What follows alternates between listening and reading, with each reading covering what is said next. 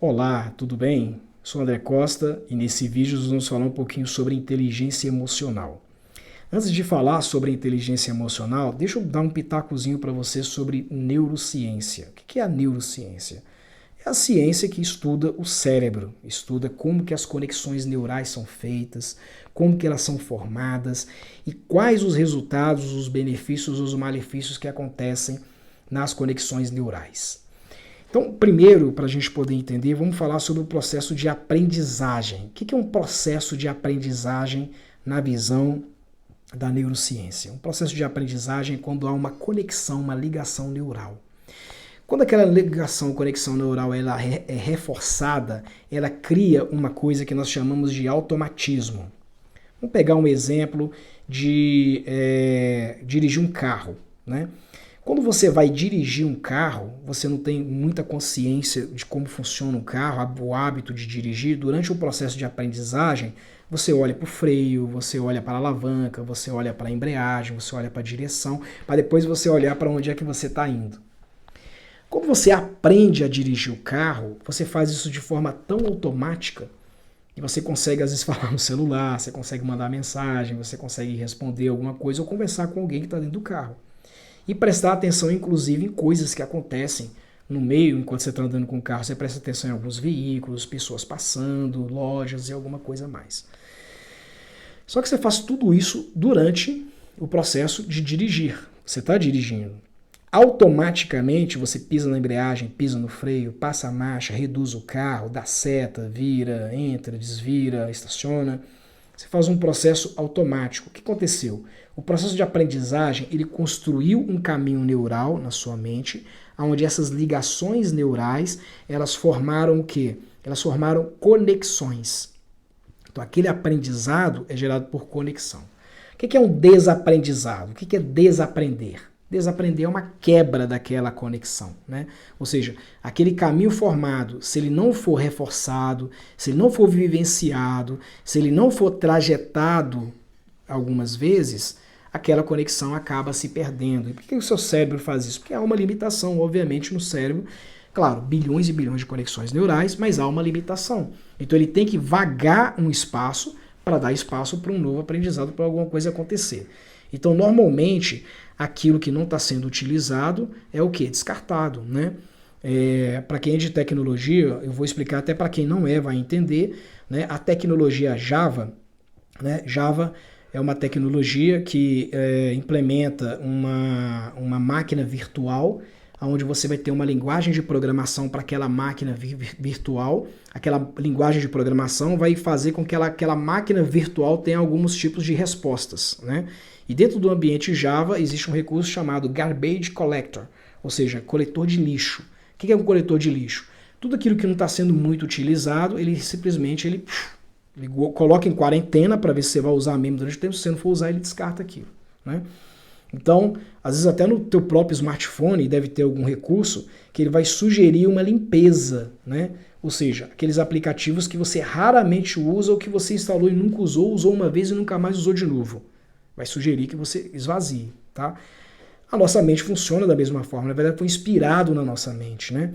Então as ligações neurais que não são usadas, elas são o quê? Desconectadas, ou seja, há um processo de desaprendizagem. Uma pessoa que aprende a andar de bicicleta quando criança, quando ela fica adulto, entre a fase de criança até a fase adulto, nunca mais ela andou de bicicleta, ele esquece como é que é andar de bicicleta. Esquece como é que é dirigir, esquece como é que é tocar um violão, esquece como é uma língua estrangeira. Então, a falta da prática, após o processo da aprendizagem, a prática era o reforço da conexão neural. Ela está lembrando que aquela conexão ainda é útil. Ela existe e ela é útil. Quando você deixa de usar aquela conexão neural, ela cai aonde? Ela cai num protetor, num esvaziamento. Ela é desfeita aquela conexão. Até que há um processo chamado reaprendizagem. Ou seja, o cérebro automaticamente ele lembra como é que era aquela ligação neural, mas não exatamente como ela funcionava. Então, você vai fazer uma nova aprendizagem. A reaprendizagem é mais rápida do que a aprendizagem, justamente porque o cérebro tem a lembrança do percurso. Ele não sabe exatamente como ele funciona, mas ele tem a lembrança do percurso. Ou seja, a reaprendizagem vai reconectar alguns neurônios ou conectar de uma forma diferenciada tá? Mas o mecanismo, o processo é muito mais rápido da reaprendizagem, ok? Então, basicamente, é assim que funciona. Segundo a PNL, o que é PNL? PNL é Programação Neurolinguística. Né? Tem um livro bem interessante do Joseph O'Connor sobre PNL, que ele explica o processo de aprendizagem, esquecimento, reaprendizagem de uma forma muito interessante. Ele coloca um quadrante, divide esse quadrante, né? Esse cubo lá em 4 partes, um quadro em 4 partes, né? E ele coloca o primeiro quadrante, ele chama de quê? O estágio do incompetente inconsciente. O que é um incompetente inconsciente? É o cara que não sabe, né, que tem uma necessidade, né, e ele nem tem consciência que tem aquela necessidade. Né? Então, o incompetente inconsciente é um primeiro estágio. Quando ele passa pelo processo do conhecimento, ou seja, ele toma conhecimento que algo existe que ele não sabia, né, ele passa para o estágio incompetente consciente. Então, assim, ele não tem competência naquela área e ele sabe que não tem competência naquela área. Né? Quando ele procura estudar aquela área que ele não sabe, sabe que existe, mas ele não sabe como funciona, ele tem curiosidade, a curiosidade desperta ele para ele poder aprender, né? Ele vai para um processo de consciência. Ele toma consciência que ele tem que aprender aquilo. Então ele começa a estudar, ele começa a desenvolver alguma consciência daquilo. Então ele se torna o quê? Competente e consciente. Ou seja, ele está aprendendo, ele está desenvolvendo uma habilidade, está desenvolvendo um conhecimento, ele tem consciência daquele conhecimento. Quando ele consolida aquele conhecimento, ele já está no processo de aprendizagem. Existe uma conexão neural. É estabelecida uma conexão neural. Então aquilo é feito de forma o quê? Automática. Chamamos muitas vezes isso de hábito, né? O hábito de dirigir. Você aprendeu a dirigir. Então você não precisa mais ficar olhando para a alavanca, olhando para o volante para onde vai, olhar para o pedal de embreagem ou o pedal do freio. Né? Você faz isso o quê? Automaticamente. Quando você faz uma coisa automática, ou seja, quando você desenvolveu uma aprendizagem e isso é automático, você se tornou o quê? Um competente inconsciente. Inconscientemente você faz aquilo. E por que o cérebro trabalha dessa forma? O cérebro trabalha dessa forma porque ele quer economizar energia. Então o cérebro vai automatizar tudo. Já viu aquelas pessoas que passam do caminho porque estavam no automático? Ah, eu estou acostumado a ir para o trabalho por essa trajetória. Pegou uma rota diferente, foi para um lugar porque estava pensando em outra coisa. Deixou o automático fluir, deixou aquele caminho dele fluir. Né? Então o nosso cérebro, por que ele faz isso? Ele faz isso para economizar energia. Isso pode ajudar ou pode atrapalhar. Porque, por isso que nós meditamos, para voltar ao nosso estado de consciência, para a gente poder se concentrar no que estamos fazendo. Por mais rotineira que seja aquela tarefa, né? Por mais do dia a dia que seja, por exemplo, a tarefa de dirigir, é importante você estar consciente que você está dirigindo. Porque ali você está observando o trânsito, você vai evitar um acidente, não por sua conta porque você dirige mal, mas talvez uma pessoa imprudente pode causar um acidente com você. E você estando consciente do que você está fazendo, ou seja, não deixar tudo simplesmente no automático, você tem a capacidade e a habilidade, por exemplo, de talvez evitar um acidente. Né? Então é muito importante você ter isso. Então, dentro do conhecimento da neurociência, né, a PNL explica esses tipos de aprendizagem. A neurociência explica que é uma conexão neural, né, e a PNL separa esse processo de aprendizagem de acordo com os 4 quadrantes que eu acabei de falar. E nós falamos no vídeo anterior sobre o cérebro reptiliano, que são os nossos instintos, e o córtex pré-frontal, aí que entra a inteligência emocional. Porque no processo de aprendizagem, quando há uma ligação neural, ou seja, né, quando você migra do estado do incompetente, inconsciente, para o último estágio, né, que é o automático, né, que é o competente inconsciente, ali há uma ligação neural e há automaticamente um automatismo feito. Tá? Ou seja, você começa a trabalhar com reações, você não trabalha mais com ações, você se torna mais reativo do que ativo, né? Porque você está no automático. Né?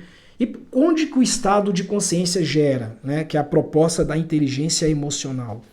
Ela faz com que você esteja no momento presente. Ela faz com que você viva o momento presente. Ou seja, você consegue tomar decisões com muito mais consciência e com muito mais responsabilidade. Lembra do exercício que nós falamos de respirar antes de reagir? Respiração profunda antes do reagir. O que você está fazendo? Você está oxigenando o seu cérebro. Você está calando o instinto, ou seja, o reptiliano, agir conforme aquela emoção, e você está dando o quê? Tempo para o seu córtex pré-frontal trabalhar. Muitas decisões que nós tomamos de compra, mais de 85% delas são tomadas de forma emocional. A mulher passa por uma loja, vê uma bolsa maravilhosa e ela quer comprar aquela bolsa, né? O que ela pensa? O que passa pela cabeça dela? Muitas coisas, né? Passa o status, o que o pessoal vai pensar de mim, como é que vai ser, eu usar uma bolsa dessa, fulana tem, pertencimento, crença de pertencimento, né? Essa bolsa aqui é prestação de tanto, cabe no meu bolso, mas ela não faz uma análise, né, se tem outras contas, se tem outras dívidas para passar, imediatismo, vai antecipar do futuro uma coisa para o presente, que nós falamos no primeiro vídeo, que isso pode trazer, isso pode te custar caro, vai trazer algumas consequências para você, seja no financeiro, seja no emocional, seja no familiar, em alguma coisa, em alguma área para você. Então, o hábito de consumo desenfreado, ele é um inimigo mortal para as nossas finanças, porque ele faz a gente agir conforme as nossas emoções. O cara vai comprar um carro, ele não pensa só na necessidade do carro, né? Que é vir, trazer, levar a pessoa, talvez com certo conforto ou algo assim, mas ele pensa também no status. Ele pensa no que o vizinho vai pensar, ele pensa no que o cara do trabalho vai pensar, ele vai começar agora a frequentar o clube tal, vai começar a frequentar a roda de amigos X, crença de pertencimento, né, que fere a sua crença de identidade. Então, algumas coisas começam a serem feitas na sua vida de forma que vai gerar alguns impactos na vida dele. A nossa vida é o quê? Sistêmica. Né? Nós temos a vida espiritual, a vida emocional, a vida financeira, né? E todas essas vidas, para serem sistêmicas, o nosso corpo, por exemplo, ele é sistêmico. O que acontece no meu estômago eu sinto no meu corpo inteiro. O que acontece na minha cabeça, uma dor de cabeça, eu sinto. Né? Uma febre que me atinge o meu corpo, eu fico de cama. Né? Então, porque o nosso corpo é sistêmico. Da mesma forma, a nossa vida é sistêmica. O que afeta a minha vida financeira vai afetar a minha vida emocional, vai afetar a minha vida conjugal, vai afetar a minha vida espiritual. Elas não são separadas, elas são conectadas. Cada vida financeira, espiritual, conjugal, emocional, elas são interconectadas. Então uma coisa acaba indiretamente ou diretamente afetando a outra coisa. Então quando nós tomamos decisões emocionais, nós acabamos nos arrependendo por alguma coisa ou aquilo traz algum sentimento de nostalgia, de tristeza, de depressão, de angústia, né? De incapacidade, de insuficiência, de impotência ou alguma coisa do tipo. Então é muito importante, por quê? Porque a inteligência emocional trabalha justamente no autocontrole, para que traga racionalidade aonde normalmente a racionalidade ela é escassa. Então, por exemplo, numa decisão de compra, onde as pessoas estão muito focadas a viver para outras pessoas, por que viver para outras pessoas? Porque muitas vezes ele compra não é para ele compra para o outro. Né? Ele compra para poder aparecer numa, sei lá, para poder pertencer a um grupo, para poder se mostrar quem ele é de fato, né, o que ele gostaria de ser talvez, né? Então faz pelos outros. E quando a pessoa faz pelos outros e não faz por si mesma, ela está fazendo pelas razões erradas. Né? Ela toma decisões pelas razões erradas. Por que erradas? Porque racionalmente falando, quem paga as suas contas? É você. Quando chega no final do mês tem que pagar aluguel, conta de água, luz, o telefone, é a pessoa que você está se mostrando que vai pagar, não é você. E o ruim não é isso. É que você vai gerar uma percepção errada. Né? O cara vai olhar para você e falar, anda de carrão e está atrasado o aluguel. Anda de carrão, o filho está na escola pública. É disparidade, gera uma disparidade muito grande.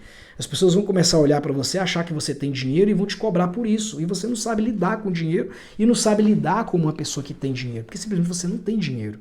Você vende uma imagem. Você vende uma percepção. Então isso não é legal. São alguns dos problemas que a antecipação, trazer coisa do futuro, pode trazer para o presente. São dos estragos que podem acontecer. E isso vai te afetar emocionalmente, espiritualmente e também financeiramente. Né? Então, a inteligência emocional ela vem para trazer esse equilíbrio. Quando a moça passa em frente de uma loja, vê uma bolsa, ela questiona, é o momento? Se for o momento, tem que ser essa? Se for essa, tem que ser nessas condições? Se for nessas condições, como eu vou pagar? Quando ela faz o que a gente chama de auto-coaching, faz o coaching com ela mesma, ou seja, ela se questiona com isso, ela está respirando. Ela está fazendo com que o reptiliano dê uma pausa e o córtex pré-frontal assuma o controle. Né? E aí, aquela motivação emocional começa a deixar de ter sentido, começa a esfriar. E aí ela traz para ela consciência, racionalidade.